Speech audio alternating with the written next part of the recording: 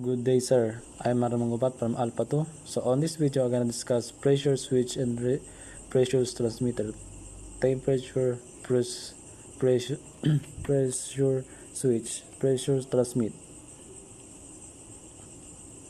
What is different between pressure switch and pressure transmitter? A pressure switch is a simpler device that does not provide a continuous output. That signal is related to the strength of the pressure being exerted, and the type output signal is what determines if the device a transducer or pressure transmitter. What are the two types of pressure switch? There are two main types of pressure switch, a mechanical and electromechanical, and also electronic or called solid state.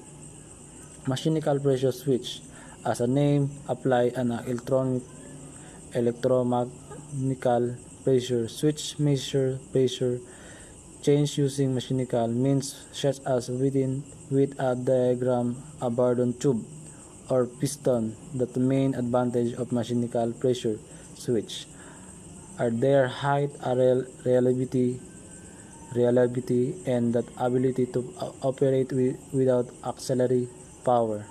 In addition, they can typically handle higher voltage and amperage than pressure switch.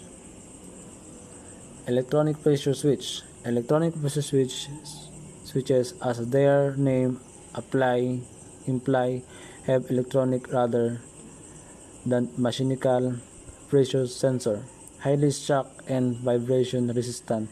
This type of pressure switch is stable and has a long lifetime, many solid state.